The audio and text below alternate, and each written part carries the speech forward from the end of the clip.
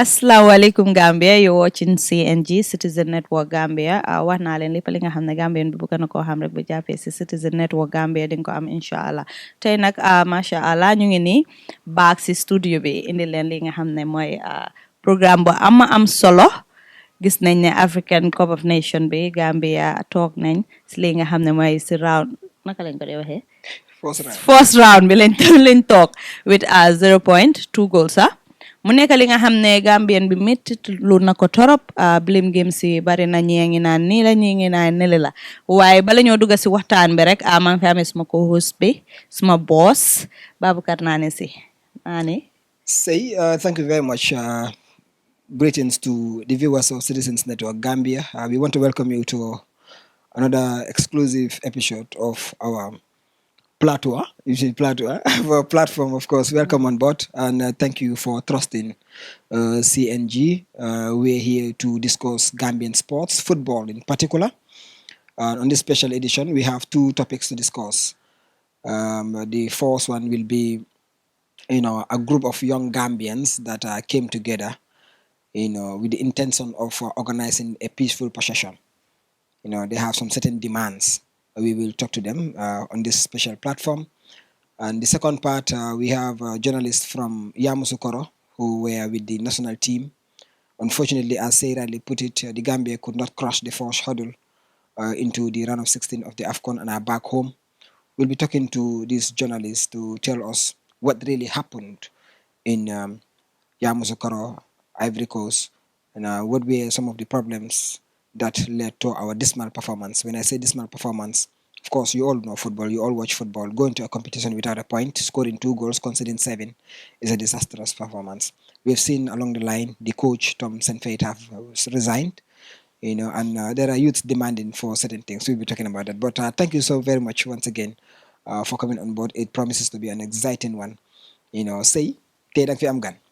waaw Nané di fàttali VOC rek CNG noo ko seetaane yomb na mun ngaa dem suñu YouTube page bi nga type CNG di nga gis lépp li nga xam ne dugal nañ ko wala nga dem li nga xam ne mooy Facebook nga type Citizen Network Gambia lépp li nga xam ne sports political social economics lépp li nga xam ne Gambien bi bëgg na koo xam rek si biir réew mi wala bitim réew dinañ leen ko indil incha allah wax naa leen is the new face of Gambian football fu mu nekk nii ñëw nañ jël nañ tee nañ ko susul loxo daal ba pare di wax sponsor si tam you are all invited ku bëgg a sponsor programme bi rek mën ngaa ñëw incha allah ngeen dem suñ Facebook bi like comment YouTube tamit like leen comment click notification bell bi lépp li nga xam ne dugal nañ ko rek di ngeen ko gis ngeen subscribe comme ni ko suma boss waxee fu mu nekk nii kan laa fi am nga introduce sa boppa.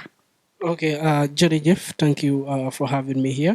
On my to Mohamed Cisse, wife fondly called Ika. Yeah. Ika gis nañ ne fu mu nekk nii wax bi bari na yow yaay kan ak seen association bi wala groupe bi mooy ban façon groupe waxal because Gambien si fu mu nekk nii dañ gis rek nit yaa ngi post waaye kenn xamul ba léegi lan moo xew ak lu gaay bëgga ak groupe bi ñan la daal. Yeah, okay. Man my Mohammed, like I said, and I'm just Mohammed. Okay, just a normal football fan. I'm into football, but I'm disclose law no fee. So I'm not from any official establishment. We are just a group of people from different places that came together to voice out certain concerns to the public. And the beautiful thing about this is that for us that are leading this, we have never even known each other. Man kena rek la xam si ñoom. The only person I know from that group is just one person. He was just a schoolmate. So you will later understand that it is not as if a group of people, they know each other. You come together now. We just met on WhatsApp and then we decided to take this crusade further. So we came together purposely to stage a demonstration. We have already taken some steps. We have already written to the police. Legally, our letter is on the desk of the IGP, and then we are only waiting for the IGP to respond. And then we have already made progress too. Through the public, we already have 5 WhatsApp pages plus a diaspora page 5 WhatsApp page you know they're all above 1,000 people, and then we have a diaspora page. We have people controlling that, names withheld, of course. So this is it for now. léegi waxuloo de groupe bi luy seen tànka lan moo leen tax a jóg. Okay, very many reasons. So I will give you just few. We are not very concerned with the recent performance at the Afcon, because lolu nono, any football fan that watches football understands that nini suñ demee si competition is either they play well, you qualify, or they play poorly, you talk. You understand? So what we are looking at here are the things that have been happening in Gambian football, things that are pointing at the GFF. Of course, we know that there are other stakeholders as important as GFF for the development of the Gambian football. Why, if you look at the GFF no ame football. ñoo ko That is the truth. They are responsible for football in this country. You understand? So, we are trying to look at the FIFA Forward Fund to 2.0 bi from 2016 to 2022. Fan lañ ko dugal. MOU buñ yéen di ngeen calculer lu bari de. And then, it's not very difficult. It's not very difficult because it is out there for everybody to look at, everybody to scrutinize. You understand? Going to the MOU that they signed with the regional FAE, St. Parks, going to schools football, and so many other things that are not just going right. Yeah, so these are some of the reasons why we want to take to the streets to voice out our plights respectfully and peacefully. Yeah, that is it basically for now. waaw Mohamed loo wax moom am na solo askan bi xam naa ne ñi ma seetaan tamit dinañ ne kontaan nañ si sax because nu ma la ko waxee rek kër bu mag dafa nekk kër bi nga xam ne kenn du leen laal because dañ am doole am nañ doole xam nga seen taxawaay baax na. Amuñ doole. Amuñ doole. They don't have powers. They don't have powers. It is a public institution, even though they always hide behind GFF is independent, but it is still a public institution.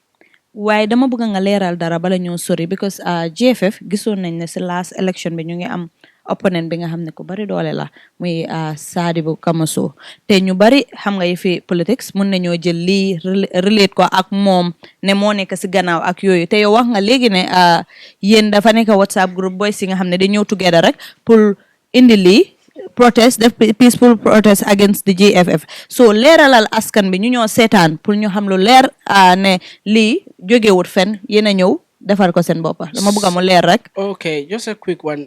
Ku tudal Sadibou Kamaso into this, you were just accusing the man, because Sadibou xam naa ne léegi nii he doesn't even know a single thing about this whole thing.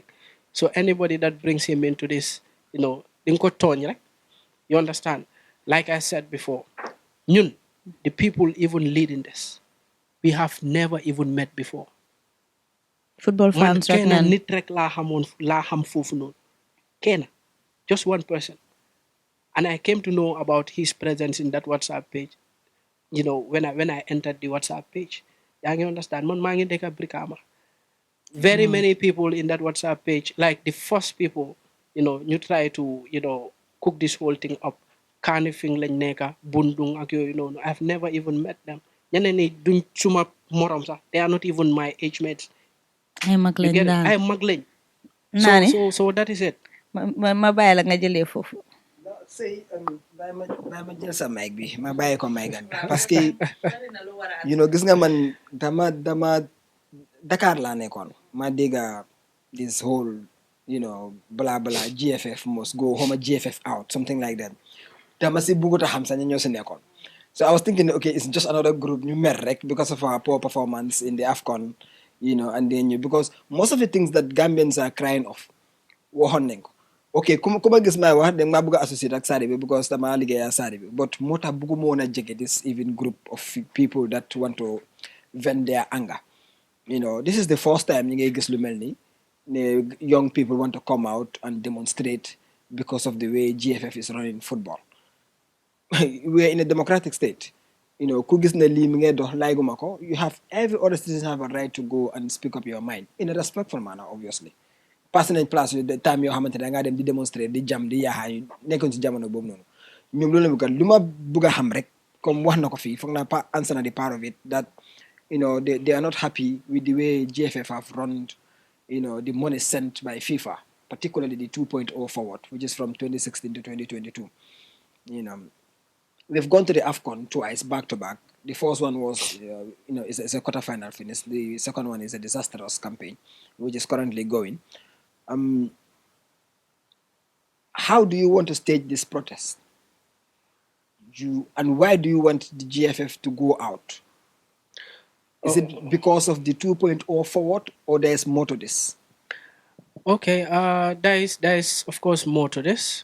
2.0 forward be democracy, to make a point, because it is just 1 point out of very many points.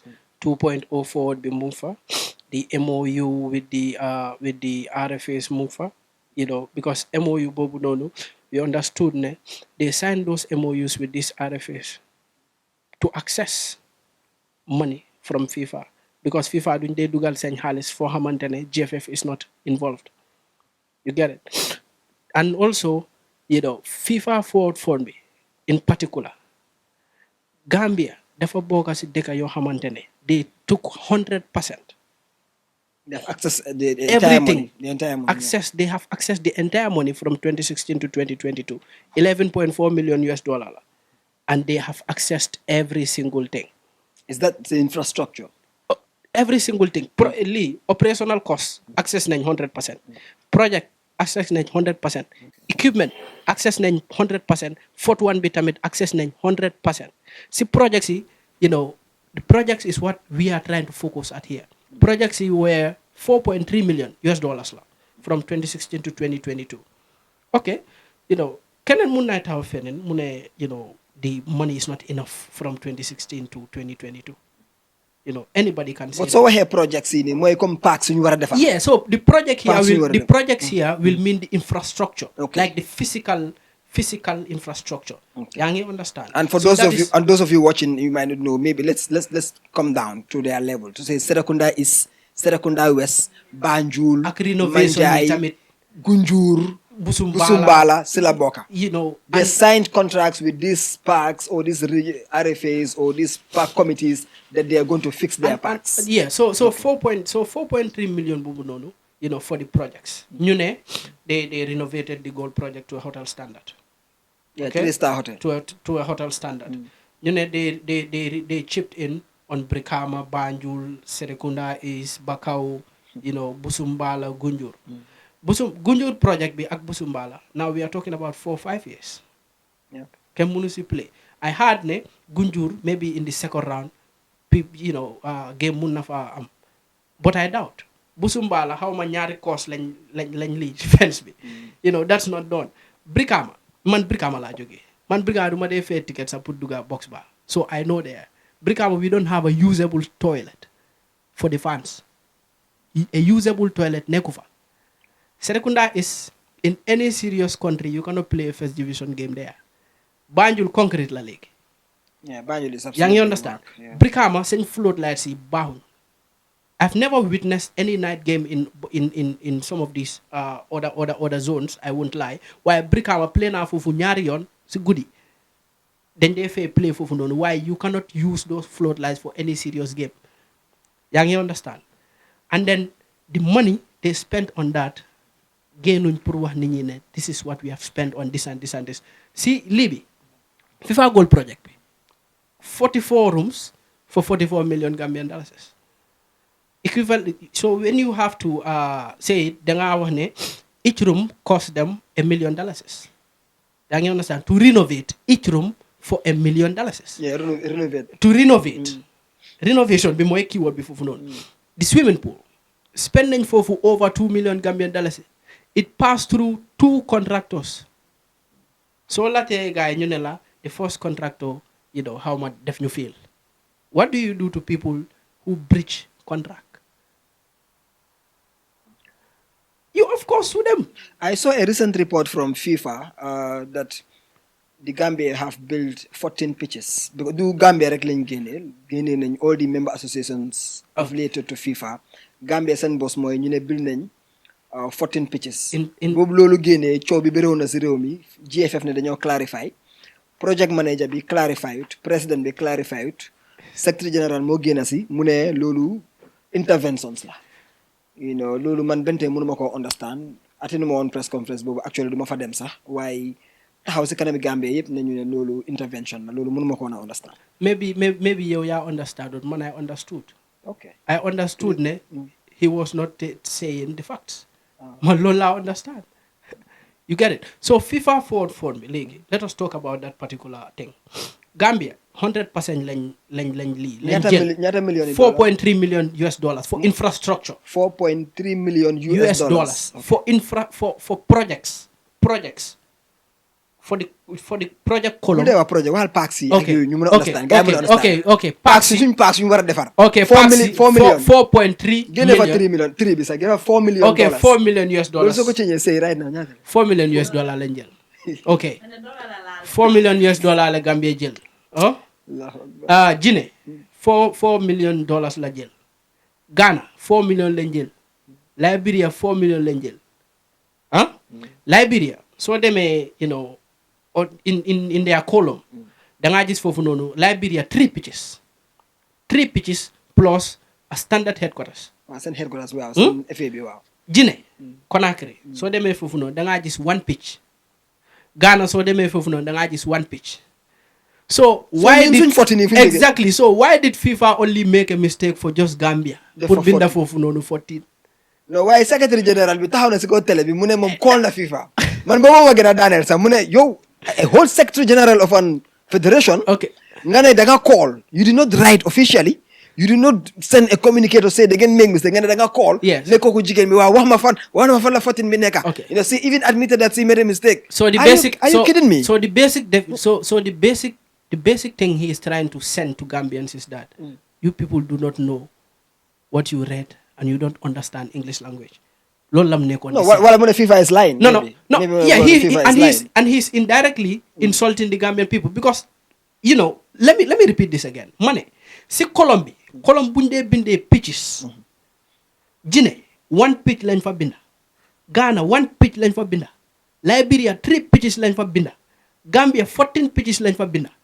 So how can they make mistake for only Gambia, I mean, the same column, Gambia 14 pitches lañ fa def. Okay, now let's even agree there are interventions. Let's agree. Nañ count. Let's count the pitches. Brika Mala. Bakaw. Serekunda is Banjul. West Gold Project. Manjai. Manjai is not usable. Manjai is not being used. West is not being used. You understand? Gunjur parewut. That is an incomplete project. Busumbala mane ñaar block lañ fa lii. 2 course, how much 3 course. Yaa ngi gis. So all these are things ñun, I know they are shocked. They were expecting faces ñoo xamante ne they are constantly, on pages or on platforms talking about this. Man xam naa ne this is not the first time people are talking about this. But this is the first time different people are talking about this. Xam nga ne yaa ngi dégg. They will be expecting people like Nani Si, ñoom Habibi Fall, ñoom Sanaya Fa di taxaw Facebook. Bokuma. You understand? Bokuma. But man demba seen protest. For example, man demba mang doon nelew si guddi. So I had to wake up around 2 yooyu noonu. Ma dugga X rek just campé bi seen live bi because dama ko dee follow. So ma dugga rek after I requested to speak. Yaa ngi understand because ñoom galas ñoo fa nekkoon. So they were linking the protest to Gamfoot because ñoom loolu Gamfoot lañ fa woon comme ñu ngay organize protest. Yaa ngi understand? But I just had to clarify things. So ma dugga foofu noonu ma ne lañ, even my ex pro man maa ngi ex de waaye suma profile picture bi sa nekku fa. It's just a private account. Du ma dee follow kenn du ma dee follow. You understand? So ma ne lañ, I know tomorrow man dama nekk Star TV. I know very many Gambians will be shocked because the faces that they will be expecting and the faces that they will see Yangi gis. So they will have to understand that. I don't have the energy. You know why? These people have to understand that. We live in the 21st century. I'm not privy to this FIFA forward Libby because of the recent social media HO. After this show, I can show you my phone. Time to receive one forward Libby document. It wasn't come near just this recent social media whatsoever. I have this document in my phone.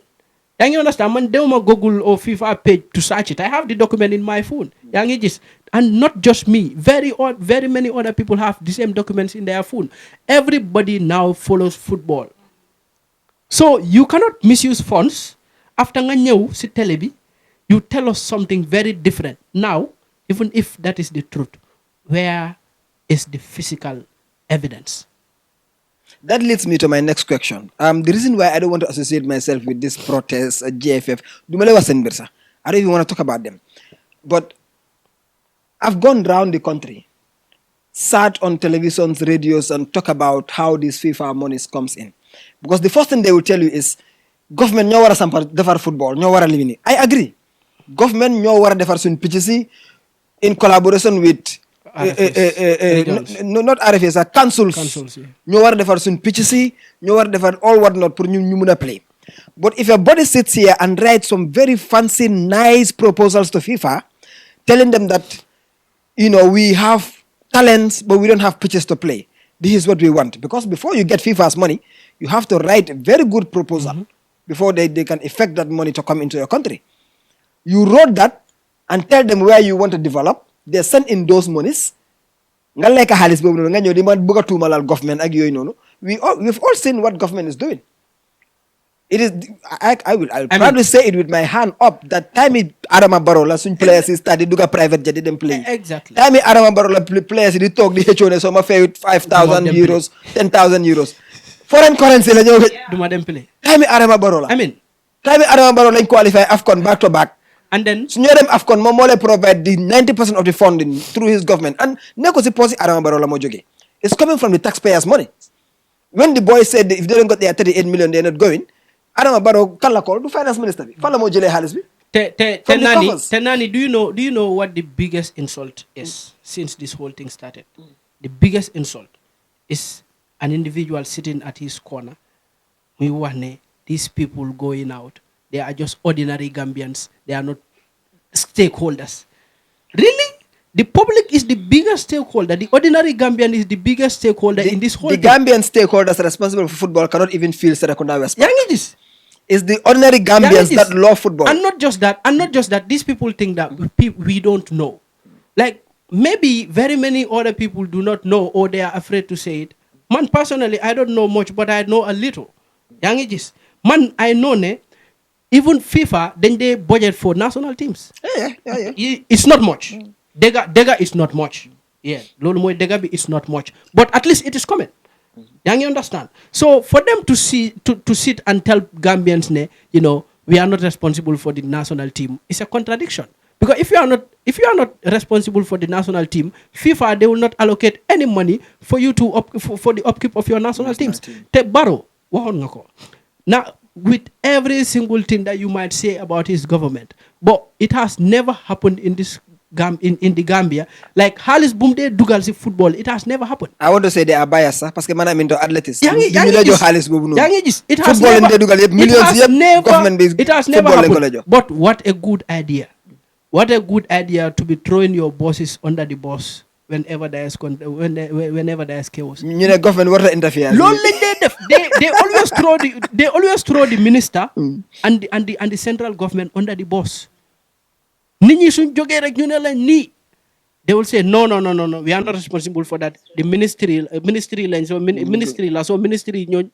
fail.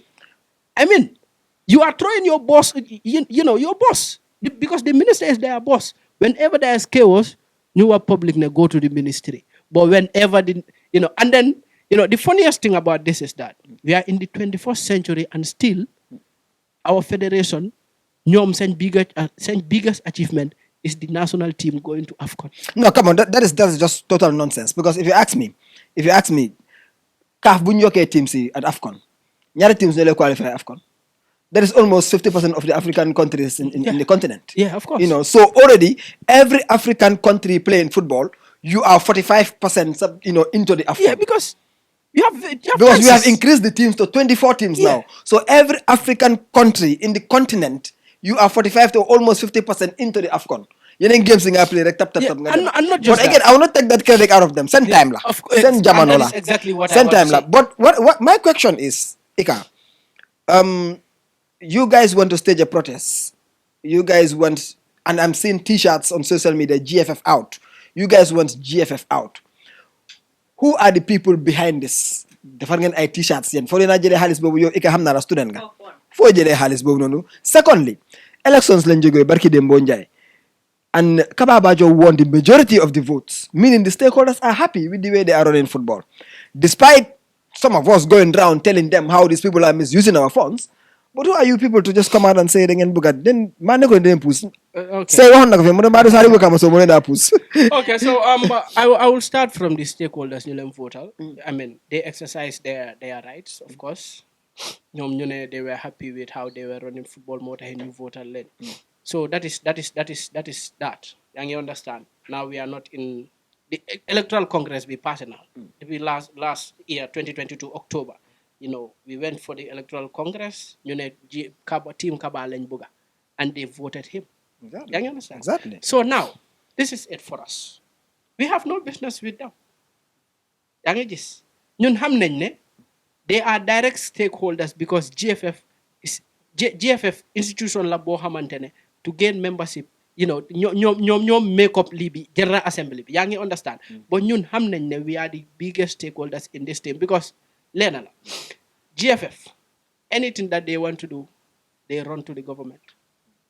yaa ngi gis coming down to the pitches at our local levels ñan ñoo ko moom the community. Who are the community? The ordinary Gambian. The ordinary Gambian. Send MOU with the RFS. When signed on 2018. You know, the purpose of them signing that MOU is because then buga access funds from FIFA. The FIFA duñ dee dugal seen xaalis foo xamante ne GFF is not there. So ñu ne RFA yi ne we have to sign an MOU. ngeen jox ñu parks yi and we will renovate them and then we will get you know, ñu delloo parks yi. You know, we've just seen what happened in Bakau. You see tej field bi ñu ne kenn du play foofu noonu. And I just heard ne, you know, there are some, you know, Serekunda is youths ñoo xamante they are planning the same thing. You know, dañoo tej parks yi because what they promised them is not what they are saying. Young ages. So all this, you know, boils down to, you know, incompetence. Because the basic definition of incompetence is, you know, committing the same mistakes over and over. From 2014 to date. When you keep committing the same mistakes over and over, it tantamounts to incompetence. So coming down to T-shirts, ñun before balaa ñuy binda permit bi balaa ñu ko binda sax fekk am nañ 150 T-shirts printed. Man mi wax ni I can swear the only person that I know, the only thing that I know about that T-shirt is the printer man. Kuko fay xawma ko. Li mu ma saf. Kuko fay xawma ko. Waaye man 3 years job na ak 5 years job. Waaye leena la nekkut in this country. The person is not in this country. So many yéen da ngeen am ay nit ci biti yu nekk We di have fo. 150 T-shirts already printed. We have a banner already printed. We have very many people. Every day. GFF must go. Group 1, WhatsApp, 1,000 members. Group 2, 2,000 members. 1,000 members. Group 3, 1,000 members. Group 4, 1,000. That's 4,000. Group 5. Group 5, ñaata mo fa nekk? Group 5, we are above 800 plus. And we have a diaspora page. And we also have a diaspora. So, you ñëpp dañoo génn pour protest. Not actually. But we want everybody. Yéen IGP dina ñëw famita. Yéen.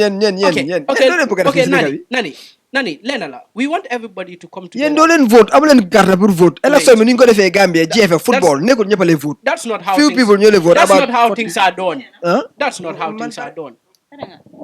That's not how things are done. I wish you good luck. léegi déedéet bala ñoo tëja moom because time bi jeex na almost léegi dama bëgg a xam comme noo ko waxee protest bi kañ la ak loo am pour wax Gambian si football lovers yi nga xam ne ñu ngi toog seen kër gis nañ Facebook post yi TikTok Instagram Twitter ñëpp a ngi wax ne GFF nii GFF ne le foog naa this is the right time ñoom tam ñu ñëw join seen nekkuma di ko support de waaye dama ko wax rek comme lu mu am pour wax Gambian youth si nga xam ne ñu ngi fële football lovers yi naka la gaay mun a def pour join GFF must go bi ak protest bi kañ la ak fole na starté ak naka la wala any information about it? Yeah, so bind nañ permit letter bi already and then on the permit letter indicate nañ date bi Thursday lañ ko bëgg a def. Thursday, yeah. At 10 a.m. to 12 p.m. Westfield fii nii lañ ko bugg a def. So I am calling on each Gambian because xam naa ne already there are very many people that have already identified themselves with us. You know, because it can be manifested on the kind of comments we receive on WhatsApp. Duñ dee saaga, but you will see, you know, genuine Gambians. They will write constructively talking about the GFF. Then we have also seen, you know, the solidarity on the media. So I am calling on each Gambian, every single Gambian, both at home and abroad, to join this crusade. So fekkee sax dalasi ngay donate, you are not giving it to anybody. Ñun luñ dee def sama yi, if you call us now you want to help, printer man bi number bi lañ la dee send. For you to deal with the printer man, after yow nga wax ñu like how many t-shirts you can be able to print from him. So yéen a ngi am sponsors. Yeah, ñun suñ paree we go to the printer man, ñu jël suñ ngeen jël. ñu share. Okay. And then Lena, I want to say this.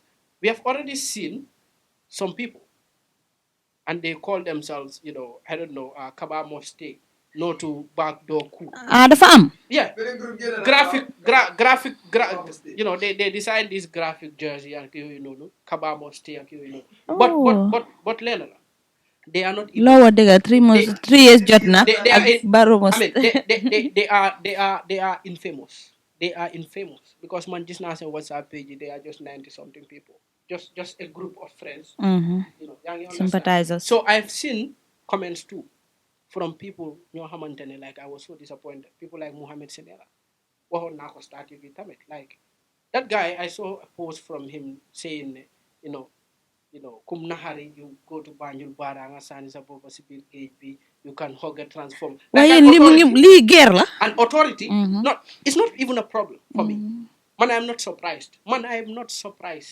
And he said that. Why, as an authority, Mohammed Sinera is a staff at GFF.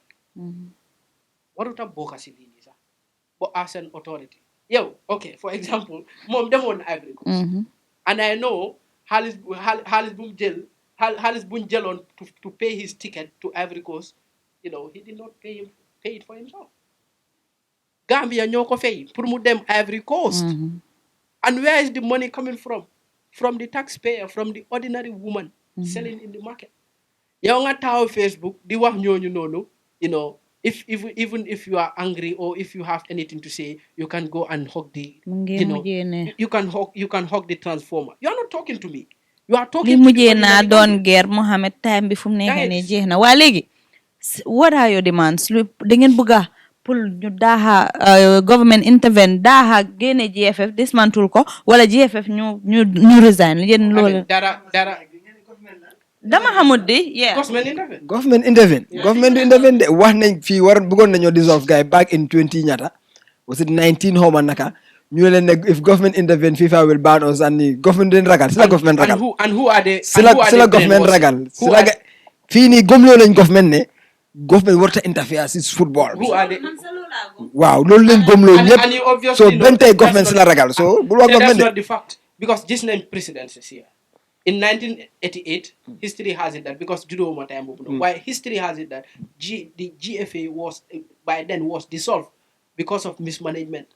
You understand? 2012, Sidi Kinte, his administration was dissolved. Yeah. You understand? I remember that fully. Where we banned, did it. We were. A normalization committee was brought in. Not. Yeah. You defer, everything, and then elections came in. Man, better question for the public, for the GFF. Must we condone corruption because FIFA, didn't ban? Like, must we? So you again believe that they want to reset affair system you want to reset everybody knows that GFF should be disbanded. An immediate investigation panel should be set up. A commission should be set up immediately to look into the mismanagement of funds in that institution. Because, we are talking about, millions of dollars here, Can you protest? Can you protest? Thursday more on the with the permission of the IGP. Yen ba IGP nana jo permit. I mean, I know the IGP. No, hamnane the IGP is a responsible authority. And then, A peaceful possession, mom. he's a responsible authority, and then he will uphold, the constitution of the Gambia. No. I'm just saying it. Because the Gambia constitution guarantees every single Gambian freedom of expression and assembly. Then that is what we want to do. And then I know the IGP will not stop any genuine Gambian that wants to take to the streets to voice out their concerns. That is it basically for us. Okay, so then Thursday is what? The third? The third. Thursday third, yeah, by 10 a.m. to 12 p.m. Westfield. Westfield. Yeah, it's good. It's just going to How be many an, people must it's going take to it? be an assembly. How many people can take it? We are targeting the whole Gambia. So the media will be written to immediately we have the permit. Inshallah. Inshallah. Thank you, Mohammed Ika. Thank you so very much. Bajidam say part 2 of our program, and then yes, peaceful procession. Demonstrate for Guinea GFF. Good luck. Good luck. Good luck. Well. We'll be back immediately after this short break.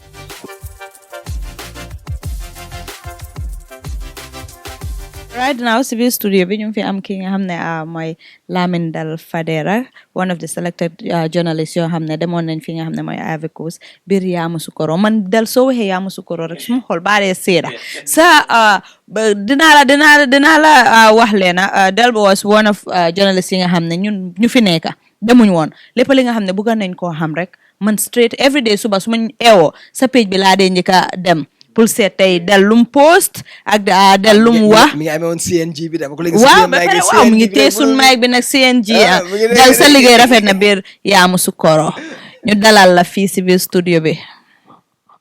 Jërëjëf, thank you so much Sey ak suma nit ki waaw kase Nani wow, we are happy to be back again in the Gambia, and anga comme noko waxe rek Yamoussoukro waaye luñ doon def yëpp it was a collective responsibility, teamwork, like we all work as a team, and it was very very good that I think we did our best to inform the Gambians.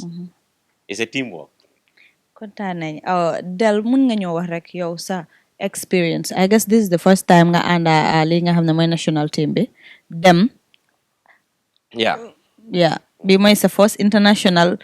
Wow, CAF you wow, okay. Luy sa experience foofu noonu for the first time? Yeah, it's a good experience because Sohole is the biggest competition in Africa, my Africa Cup of Nations. Bepare Sohole competition is the highest level boo xam ne di nga gis ndaanaan yi si biir ndaanaan ñoo xam ne ñu ngay jongante fi Africa. So I think it's a very good experience. It's a very good opportunity to network with friends. It's an opportunity to meet ñoo xam ne da ngeen daan wax either on telephone or through messenger or WhatsApp, and you meet them finally, which is really good. And it's also a great experience also because we have learned the good, the bad, and of course good experience as well. Ok, ñoo dégg loolu noonu ma bàyyi Naani rek because tey dafa mel ni Naani man Fadel Dakar Dal moom yow laa ko bàyyee tey.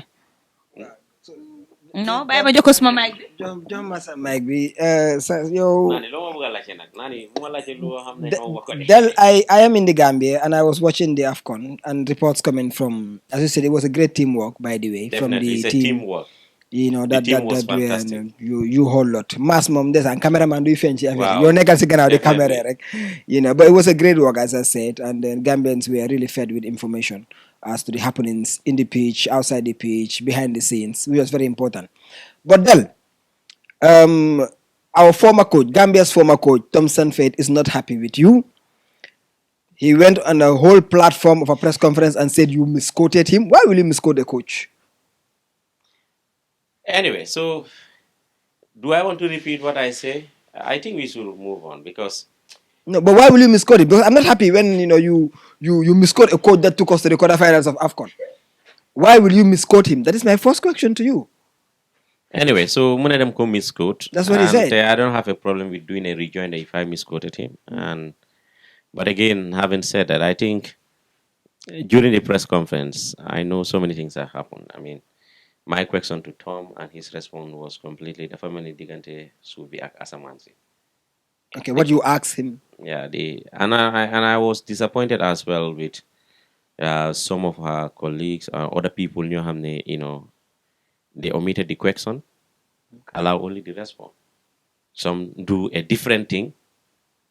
Maybe perhaps ñoom ñoo xam why they do that. But anyway, man, I know see press conference B. I mean, when we were there, my question was very simple and straightforward. The question was simple. Dafa yomb. The reason why, sorry to cut you, the reason why I asked this, Yeah. when Tom made that response, I remember the famous quotation was, "You want to embarrass me in front of the international Yeah, press." but He said that and then came on to say a lot of all other things. yeah, but And there was a point where he said, "Before I came to the Gambia, 5 years, you did not win a match."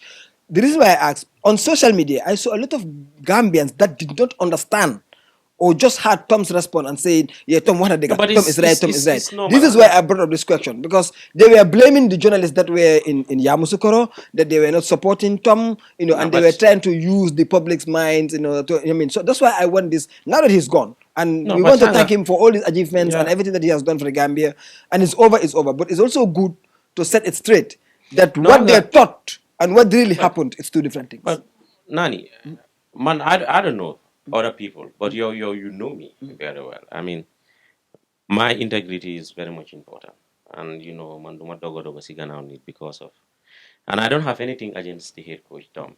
He's a good friend. Let's of do mine. this in English. Let's do this in English, He's a please. good friend of mine, and I think, you know, we all went to the Afcon for one goal, is to see the Gambia succeed, to write history together, and we all celebrate together. So, but I think it's rather unfortunate. I mean, he said I misquoted him, and I don't have a problem with if I misquote somebody to do a rejoinder to say he did not say this or that. But if you look at the question itself and his response is completely different from what he said. Remind us the question. Because my question was very simple and straightforward. The question, in fact, so them is still available online. I was asking because during the qualifiers we conceded a lot of goals. But I saw Hole. I think we kept only 2 or 3 clean sheets. I can remember soon game be South Sudan, maybe perhaps soon game be against, is it Mali Bulendore 1-0. Then the bone of contention to the question was because lost name against Burundi, we considered goals. We considered goals against Cote d'Ivoire. Nakala mo make so to Gisne because ñàkk nañ against Senegal 3-0 as well. That was 7 goals. Yeah, pour mu mun a make so you kept a clean sheet and also try pour team and be mu jël chances because if you don't take your chances and if you don't keep clean sheet you cannot win matches. That was the question. Then the response was completely different. You had the response, so I don't need to go back to the response.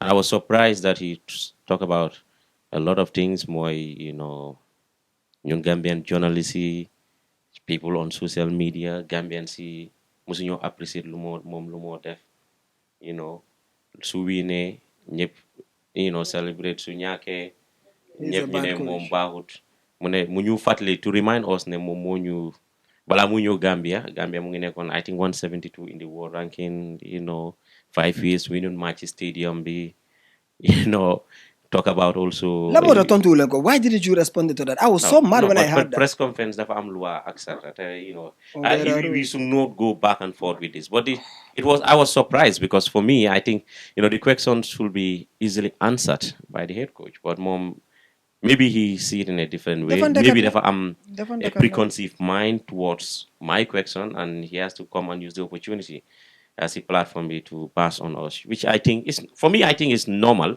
That's the way he want to respond to the question. And also, can moko lache affaire league be $40 to $50? Yeah, we pay $50 in your Gambian Send league. league we do professional so league. disrespectful. Nobody asked him about that. But again, I mean, that's the Gambia for us. People normalize things that are not normal. People accept lo hamne is not normal. And for me as a journalist, I understand. Okay, he was frustrated. He doesn't want people to talk about Yemen, but I understand. And of course, every coach under pressure will definitely, want to save your skin. And I don't have any ill intention against him. You dare, And you dare not definitely, save your skin against journalists. of course, so holy. It was so funny because he's a very smart coach. I just look him like a Jose Mourinho type. He's never shy away to talk to the press, which we have to commend him for that. He's the first Gambian coach to qualify the Gambia to the Africa Cup of Nations back to back. That is history, and it can never be erased because Lulu, and he set a benchmark. Boham is going to be difficult for somebody to remove that benchmark, and he's done so much for Gambia. But again, bro, football is about results. Coaches are judged based on, you cannot keep telling us history or when things are not going. Reminding us about our past. It's just like Jose Mourinho telling Chelsea, hold on a minute, I won you the first Premier League title in 50 years, you haven't won. If things are not going well, football is about the present and the future. History is important, but sometimes if things are not working, Chelsea do not have Mourinho. Zidane Dubai Real. Konon, Steve Cooper, Nottingham Forest, from relegation, Indyland promotion to the Premier League. Guy Dahan and Co. We can go on and on. Football, people have to understand. And the guy is not doing no favor to the Gambians. I mean, he's paid to do a job. Whether he took a low salary or a low wage or whatever, he accepted everything that is going on. And I don't appreciate, you want to belittle the Gambians. That is really not okay. I respect what he has done for the Gambia. We have to applaud him for that. But, Luneka have a boundary because people in this country sometimes, okay, I understand. We are emotionally attached to certain things, which... No, Gambian, I have to say this. Gambian is the only person who xamantene ni mum lu nek rek yermande xol bi dafa yaatu de ki waruñ ko def li ki moñu qualify lo xamuñ ne football demewut nonu. Football, just as you said, results based la. Results based. I don't have anything against him. I know he qualified us back to back. 100%. Congratulations. And if, of course, even at the highest echelon, we know people are not happy with what we were doing. But for me, so long my concern is clear, because I am not perfect. I will always make so many mistakes. I mean, I am ready to rectify everything that has been done by me. But again, what thing I cannot compromise is, Lohamne is not right, and people still condone it. While the praising Lohamne is not right. So many things are not going right. I mean, this guy reacts on maybe in Hamlin, maybe you have a clue, but anybody who knows, bro, this guy has already made his mind well before he's even left this country, bro.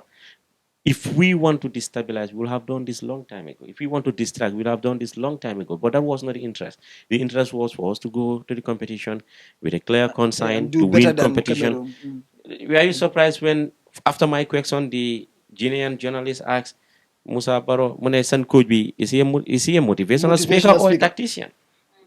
Yes, that was the next question. That was the next question after me, behind me. And I can tell you, when I was speaking to even P.S. Edward, from the BBC, he said, the first surprise why the coach was responding in such, he said, Yensan doesn't league.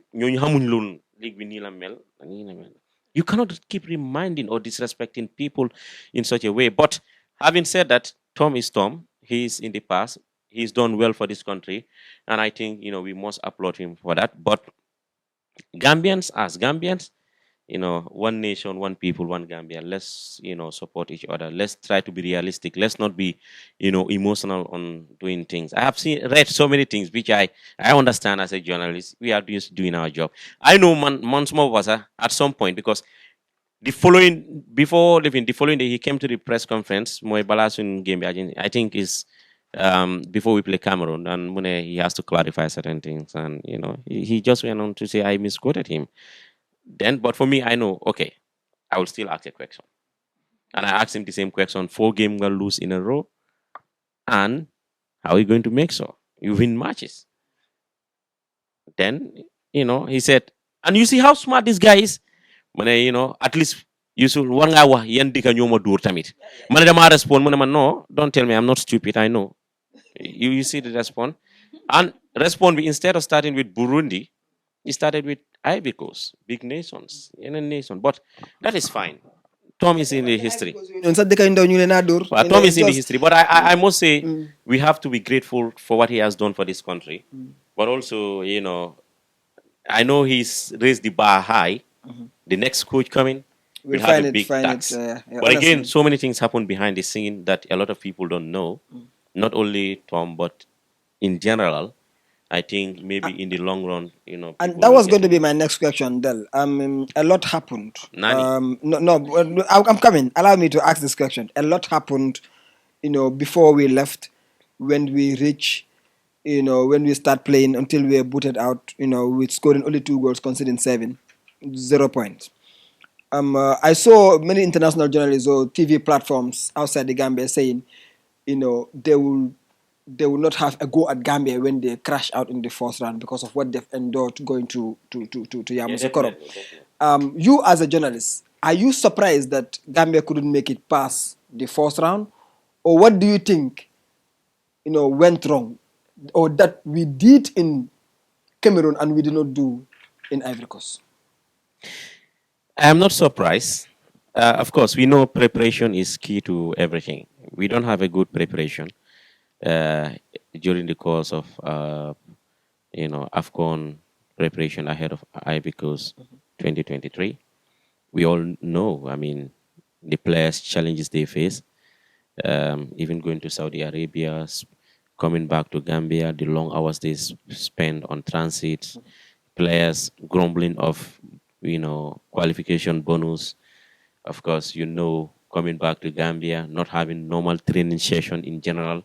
They wasted a lot of time in between going to Ivory Coast, coming back to Gambia, not having good training time, while other countries are already up there doing their preparation right. And of course, you can also imagine coming to the stadium, fans were waiting to see them. They said they are not going to come because they need to be paid their money. And of course, you can remember those distractions are not things that are needed when going to competitions. And of course, we have also seen, the issue of, well, the technical issue with the flight not having oxygen or enough oxygen. That was also another calamity. But all those things are traumatizing. And I think before we even left, we spoke to the coach, we spoke to some couple of players, and even I remember speaking to the second vice president of Gambia Football Federation the afternoon before they left. In the morning, I went to the training ground when they were having closed door, and I asked him some of the questions. For example, like, did the team has a psychologist because you know of the trauma you people went through? Do you have a nutritionist? He said, we don't have a psychologist, we don't have a nutritionist. You cannot imagine the budget or the amount of money needed to hire all those things. So you can understand, Gambia, we were faced with a lot of challenge financially, and maybe perhaps those could be some of the things that retard was not getting what we want. And of course, the boys' failure to perform in the AFCON, you wouldn't blame them that much because this can be good excuses for us as well, for the coach, for the players, for the entire delegation. It's not the best of preparation. And not a surprise, we exited the tournament. But I think, depending on how because they went with a clear concern that they are going to defend the colors of this country.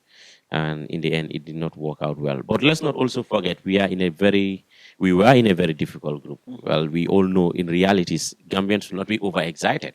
But Senegal, defending champion, Senegal has a better preparation than the Gambia. Senegal has more quality than the Gambia. Senegal is, more ready than the Gambia. Likewise, maybe perhaps we can be on paper, yes, Gine Conakry, we can match them. They are not the big names that they used to be, even though they had more AFCON appearance than the Appearance and Gambia. successes. And of course, likewise, Cameroon, 5-time winners.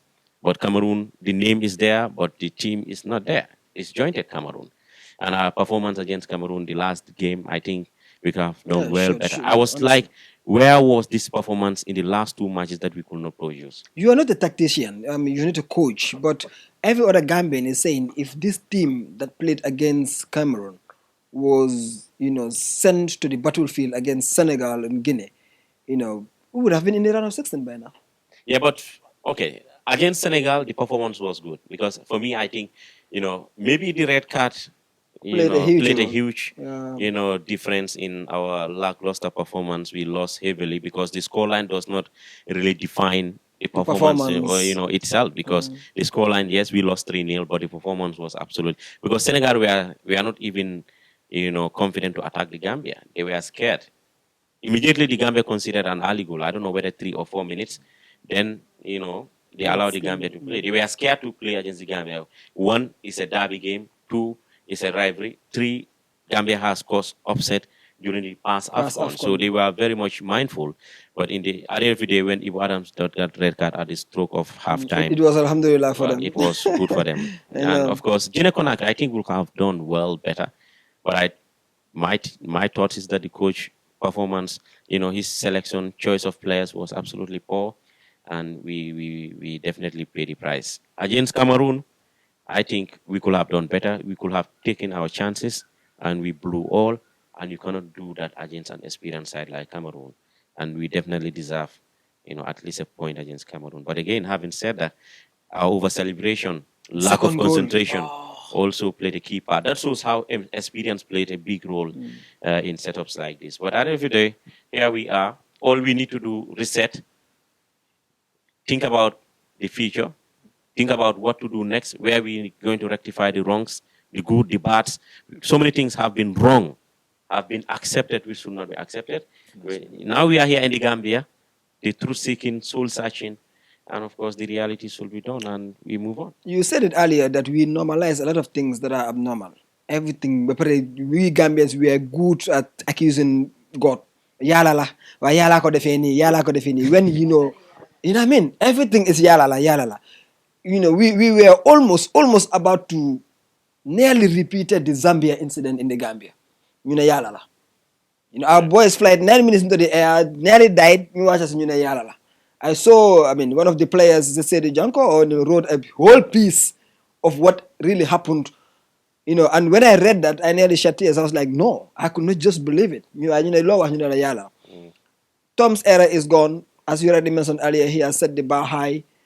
Gambians have now started social media again. Yeah. How I wish Tom would have given him the job to coach Senegal for 1 year. Because on 3 months to head the far down. Because I saw when I can do criticize. Mahol Aliou Cissé lu moo daj is the most lu moo daj ak criticized sénégalais yi. West Africa. Yow nga ne waa dina criticize laa guñ la nii Tom dama la bëgg ñu jox la Sénégal ma jox la Nigeria wala Ghana rek. Dégg naa ñu ne Nigeria ñu ngi ko bëgg a xawma ñan. But going forward, Tom have set the bar very high. We need a coach. Social media is booming right now. The type of coach we need. They are counting local coaches among ourselves. What is the way forward for this national team? Local coach or foreign coach? Okay, to tell you the truth, local coaches in this country, I don't think they are ready. They are not ready. They cannot handle the national team. That's the truth. We can be emotional about so many things, but they can't handle the national team for now. Okay, because Tom has played a key role. His psychology is good. Understand how to work with different both set of local players. and foreign. He know how to handle the press, so which you need those type of coaches. But again, I know our local coaches are not ready. Maybe perhaps you have them outside. Outside. I'm saying licensee. We have seen so many good ones out there. For example, Abdul Jame T-Boy, okay, Nyunkoja under 23B, he's doing his coaching badge, UEFA Pro license B.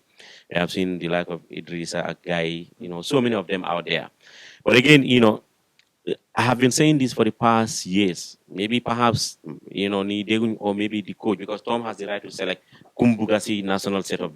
You see during the past, he chose, and every coach has the right to do so. Nyala mo legal, Nyala feel comfortable with. But, he spent 5.5 years in the Gambia. Now, Sudan, coach Bugonna, while he was accommodating, while Bugonna Pro, right after his reign, Kenen Muna rolled up the neck. Okay, Alaisar was there. But again, bro, forget it, man. Let's say, for example, every international match won, I don't know the GFF or the ministry, what on the rule one, City or RB.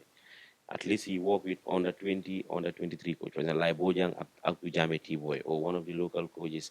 Mom, they will be learning from him. Knowledge, the experience. Through the process. And of course, okay, some will say Alaji Sar. Well, bro, yes, Alaji Sar, I think he's done remarkable well for this country as a footballer, as a coach. But also, we needed more of those, people there at highest level. And that's about Koron. Even life after Tom, the transition will continue. Then I'm experience on working with national A team players. They have experience of knowing how to deal with different set of players. But now Tom has left everything behind. We need a new coach, and a new coach will come with his own background, philosophy, and his own philosophy, his own way of doing, his own people. You just think he can work with them. Now, Sudan starting all over scratch. Wow, Sudan Amonen. For example, Alucisa was given the under 23, 2012 Olympic. Olympics. He has been working with this youth category. Them, a national level understudy. We go job national team. And it took a lot of hard work and success for him to get where he is right now. But now he has to start from scratch. Well, the GFF or the government, I know they will work hand in glove to see who is the best man for the job. Tom resigned, contract on. He has a contract until 2026. 5 years last sign. Yeah, so but maybe he think it's time, to end the drama and move on to the next chapter, which is really important for him. Maybe. Gambia, they different in CVM. Yeah, CVM is very good now. Yeah, but more than soon, he made Gambia who we are. We also made coaches make nations or team better. Sometimes team makes a coach better. So it's win-win situation. Win-win situation. Tom Gambia, win-win situation. So it's a very good marriage in heaven, and it ended in just this way. But I think next coach coming, I will tell you one thing. And if you read my last post, you will see some of these things. The national team, Cameroon's success was different from Ivory Coast challenges. And if you talk to some players, they will tell you, bro, there was no unity in the team. No, lol mom degala. Buguma ñu laal ko rek. Yeah, I'm not going to invest especially pour lol. Buguma ñu duga fofu nonu. But the national team was disjointed. Definitely. Anyone who knows that was clear, but because but for us that is not our interest to talk about it, because if we are in a tournament, you don't need to do certain things. So next coach coming has a lot of work to do. Between the Swedish players, the English players, the Gambian players. I wouldn't go to that. I wouldn't say this. But I know things were not right, even during the camp or whatsoever.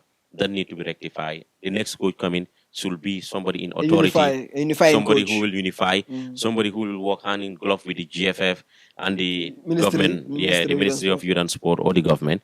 Because also, I have seen so many people also blasting the GFF of so many things. It's not the responsibility of GFF. GFF has done so many things that is not their responsibility, and they are causing a lot of damage to some football development.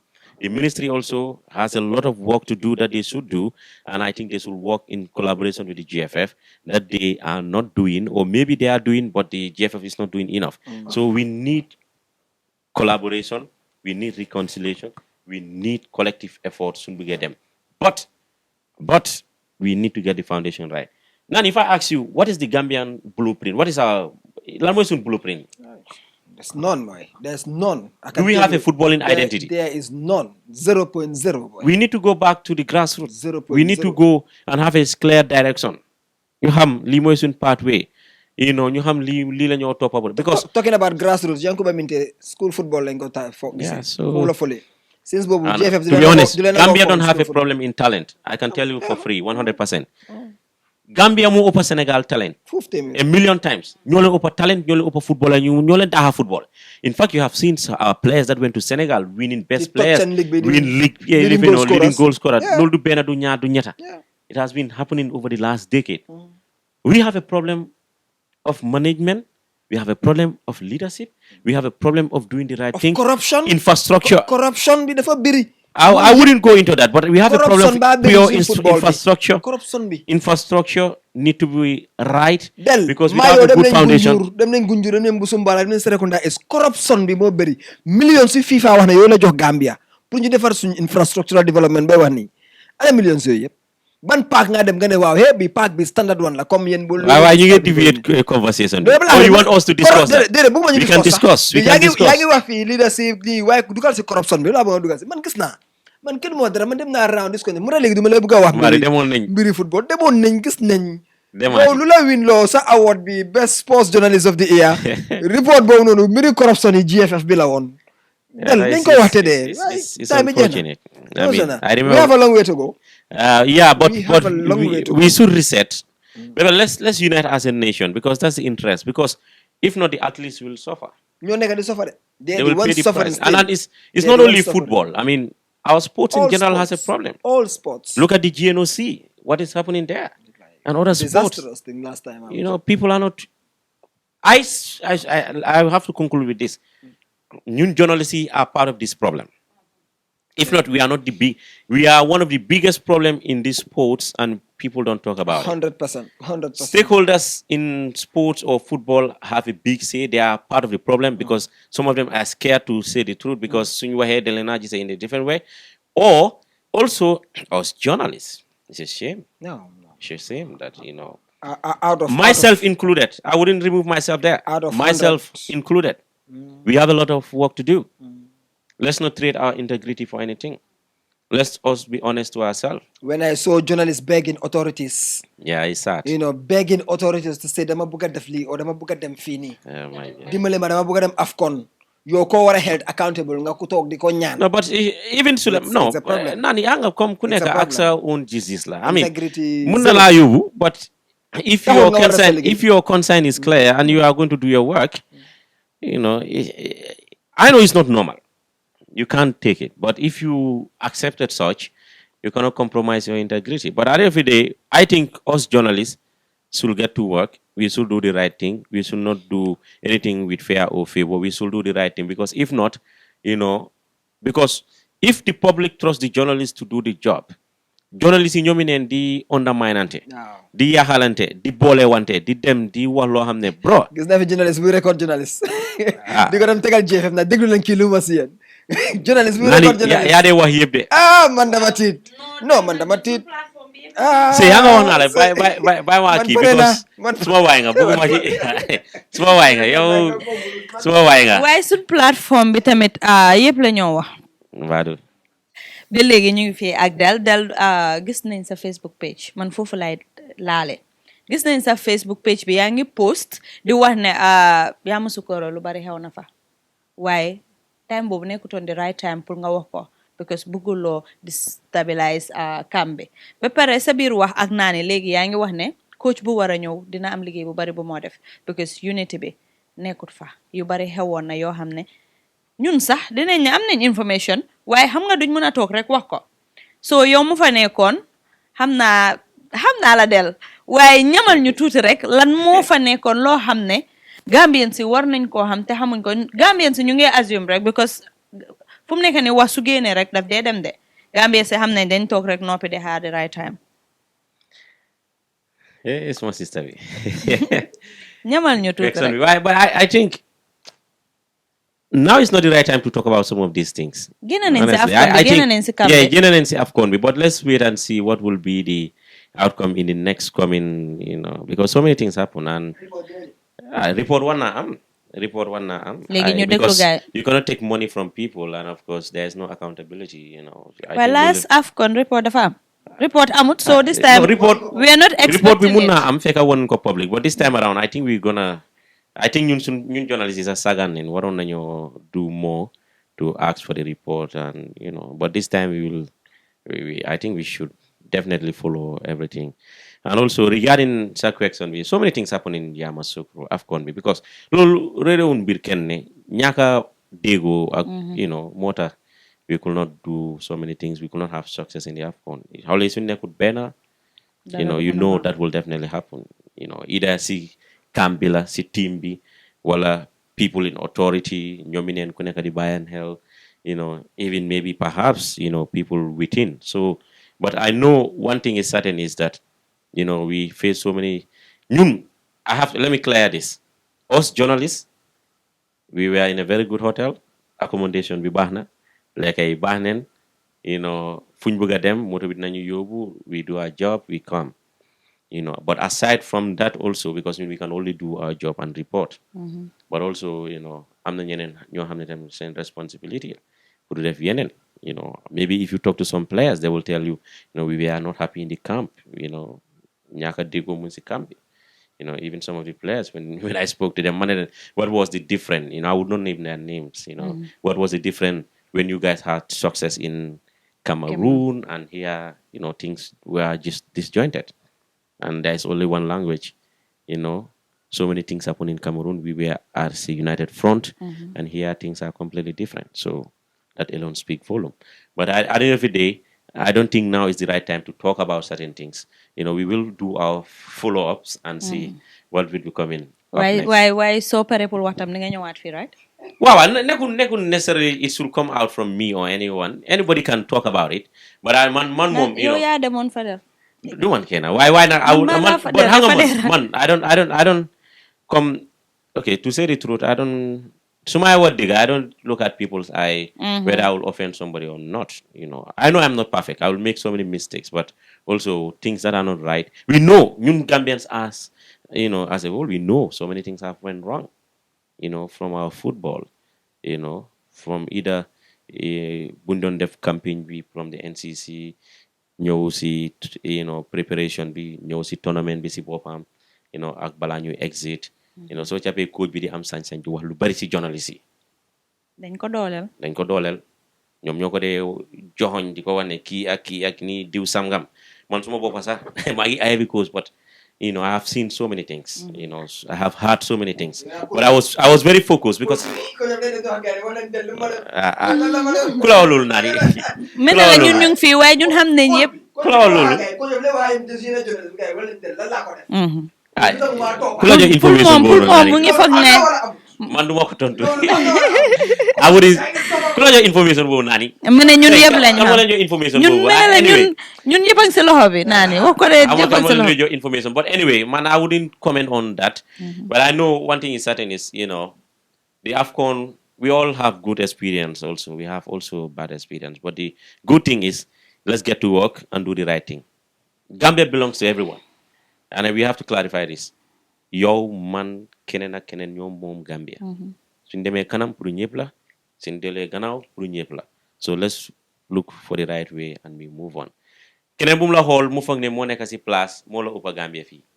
No, bro. No. Loolu buñ ko ba pare buñ dee nangu comme gars yi, they are not doing us any favor. Ñun journalists, we are only doing our job. People should not praise us for doing our job. It's our job. Suñu liggéey la. People, why are people praising you because you do a certain job? You have a responsibility. You want to do a job, so you have to do it diligently. Wow. But anyway, citizen, our homeland. Our homeland. Hamdan kasiran. Jërëjëf. Bilay dama ko jox free of charge, dama rusa. No, man suma wolis bi yëpp our homeland la hamdan kasiran. Hamdan jërëjëf waay. Sun partner la. Xoolal. Salute. Okay, fu mu nekk nii time bi jeex na. Tak di leen jox ak dig daje rek ba next week inshallah. Balaa loolu tamit lépp li nga xam ne bëgg ngeen ko xam rek. Stay tuned. CNG UK ñu lañ bëgg a challenge.